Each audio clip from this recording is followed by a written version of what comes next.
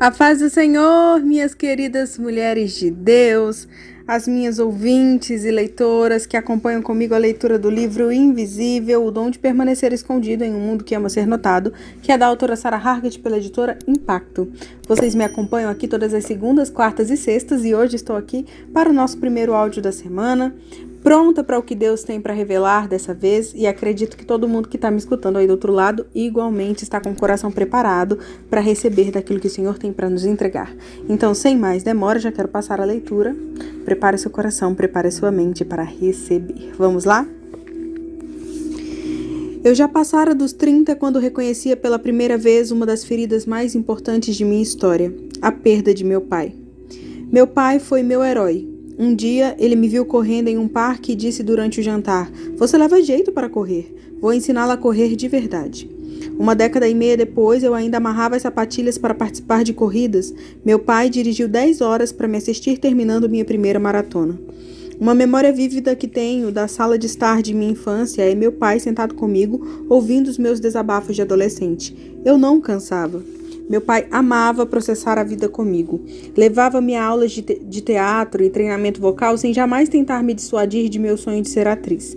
Meu pai sonhava comigo. Com ele, a vida parecia não ter limites. Mas tudo mudou num dia quente de agosto, quando eu tinha 14 anos. Voltei de bicicleta da casa de minha melhor amiga e encontrei meu pai jogado no sofá. Sua dor nas costas havia voltado para valer. Muitas cirurgias depois, meu pai não jogava mais tênis nem corria comigo. Ele estava preso a uma cadeira de rodas e dormia em uma cama que havíamos trazido para a sala de estar do térreo. Eu aparentemente reagi bem a tudo aquilo, como a maior parte de nós faz quando a nossa infância vira de cabeça para baixo. Crianças são resilientes, eles dizem. O que querem dizer é que as crianças aprendem a lidar com as situações até não aguentar mais. Meu pai e eu ainda éramos próximos. Ele mal dormiu na noite anterior ao meu embarque para a Europa durante umas férias da faculdade. Ele vivia minhas aventuras comigo, estivesse fisicamente presente ou não. Meu pai morreu jovem de um câncer agressivo um mês após meu aniversário de 32 anos. Mas foi somente anos depois, quando eu já tinha 5 filhos, uma agenda lotada e uma hipoteca, que eu entendi o que acontecera aos meus 14 anos.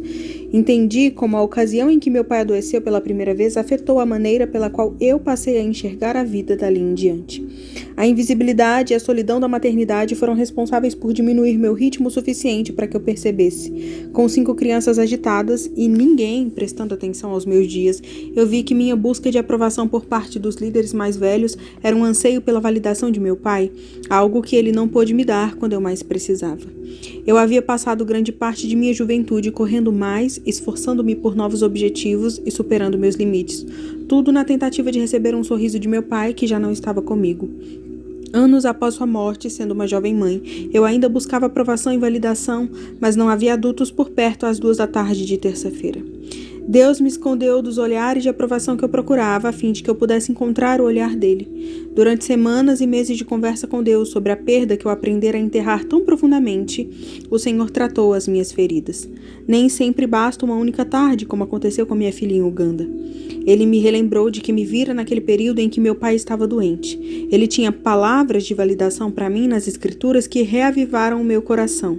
Elas ultrapassavam de longe qualquer palavra que um líder de confiança pudesse dizer ou a aprovação da pessoa cuja afirmação eu mais queria.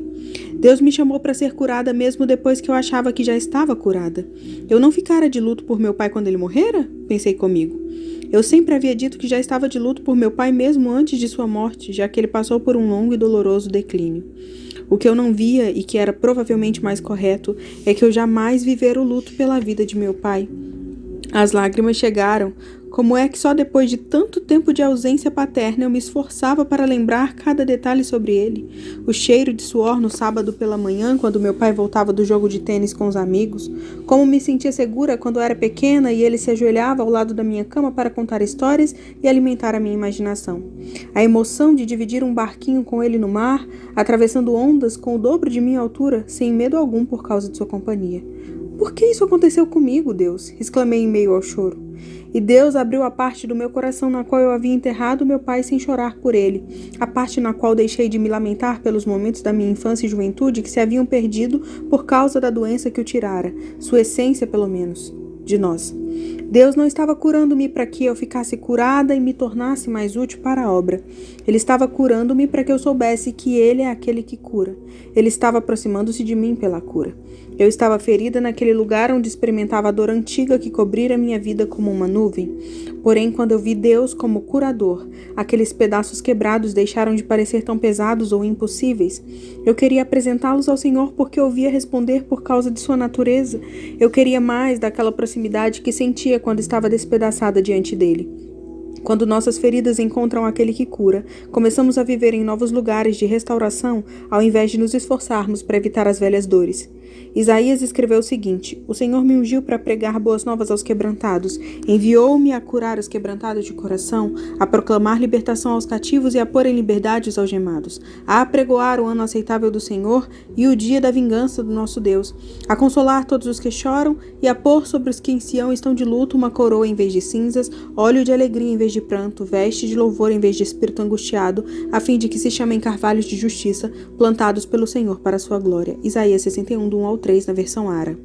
Crescemos à medida que somos curados, à medida que reconhecemos nossa necessidade de cura, à medida que nos permitimos sentir sede e aprofundar nossas raízes em terreno invisível. Tenho sonhos vívidos e frequentes, mas não havia sonhado com meu pai nenhuma vez desde o seu funeral até anos depois, quando finalmente me permiti chorar por ele. Sonhei que me encontraria com uma pessoa influente para discutir meu primeiro livro, que tinha sido publicado recentemente. Eu havia sido convidada para ir à casa daquela pessoa e estava respondendo suas perguntas nervosamente. Do outro lado da sala vi um homem na faixa dos 30 anos com cabelos vermelhos muito familiares. Jovem, bonito e confiante. Ele olhou para mim e reconheci meu pai instantaneamente. Meu pai, o professor, técnico de tênis e apaixonado pela vida de quem eu me lembrava.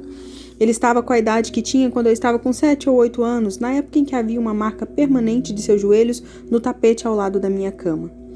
Quando meus olhos encontraram os dele, ele nada falou. Não chegou mais perto, apenas deu aquele sorriso tranquilo e orgulhoso que um pai dá aos filhos, e piscou. Então, subitamente, ele já não estava mais ali assim como o sonho. Eu estava completamente acordada às 3 da manhã, arrasada.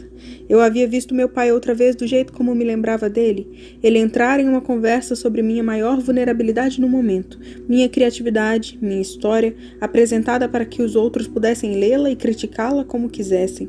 Aquele era o pai que levava uma cadeira dobrável a todas as minhas corridas, mas não pôde estar presente quando meu primeiro livro foi lançado 5 anos e um dia após sua morte. Em minha vulnerável expressão de criatividade, eu precisava da aprovação do papai. Precisava da aprovação de Deus, mas não havia percebido minha necessidade desesperada da afirmação de Deus até recebê-la naquele sonho. Deus respondeu ao meu sofrimento, aos meus lamentos chorosos, de uma maneira que trouxe cura a todo um período de minha vida que o meu pai não havia presenciado. Quando reconhecemos que estamos feridos, passamos por estirões de crescimento em Deus. Enquanto eu lidava com a perda do meu pai, Deus foi carinhoso, pessoal e paciente. Cresci ao me permitir sofrer pela perda durante muito mais tempo do que esperava. E Deus, com a sua presença naquele processo, curou aquele pedaço partido do meu coração. As feridas antigas no coração não me desqualificam para receber seu amor. Pelo contrário, chamam sua atenção. Ele nos cura de fora para dentro.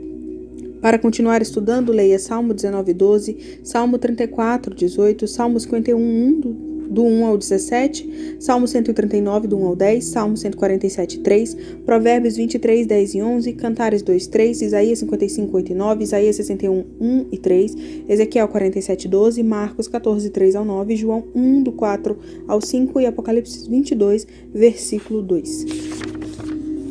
Capítulo 12, Sussurros Santos, abraçando os mistérios de Deus. Que ela guarde isto para o dia em que me embalsamarem, João 12:7. São 16:09. Minhas crianças estão quietas brincando no sótão, o bebê ainda vai dormir durante pelo menos mais meia hora.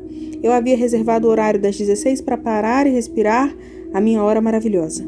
Mas já estou 9 minutos atrasada e minhas tarefas me atormentam. Essas são as 2 semanas mais ocupadas da primavera. Havia meses eu acompanhava sua aproximação no calendário. A Páscoa está chegando e receberemos 20 pessoas para a comemoração que fazemos todos os anos. Tenho 2 palestras para preparar e o prazo de um livro para cumprir logo em seguida. Descansar parece um luxo imerecido. Mas desligo o computador, fecho as portas do escritório e saio, afastando-me dos sinais do que deixei por fazer. Amarro meu tênis e saio para uma caminhada pelo parque ao lado de casa. A temperatura é de pouco mais de 20 graus e posso ouvir os ruídos da primavera. A grama seca do ano passado estalando sob meus pés juntamente com os primeiros brotos novos. O pica-pau batucando acima de mim e um coelho passando pelo mato baixo. Também ouço o meu coração. Sinto a presença de Deus. Mais do que isso, eu me sinto conhecida, passando pela mata sem ninguém mais à vista.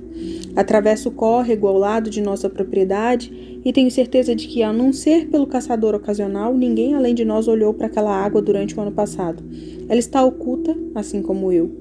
Vejo a pereira carregada de flores do outro lado da trilha. É uma bela visão, cheia de flores brancas contrastando com o fundo marrom do inverno. Ela não me havia chamado a atenção no ano passado, quando produzia frutos em meio às outras. Neste ano floresceu sozinha e brilhante. Estamos juntas no esconderijo sob os olhos de Deus, essas árvores recém-acordadas do inverno e eu, mascaradas e guardadas cuidadosamente nesta tarde, mas vistas e florescentes. Ele me vê e eu sei disso. E esta realidade, mais visível na quietude da tarde, me faz querer falar com Deus. Quero participar daquilo que já foi obrigação, mas tornou-se agora o fio sensível, cada vez mais apertado, que me conecta àquele que me criou e me conhece.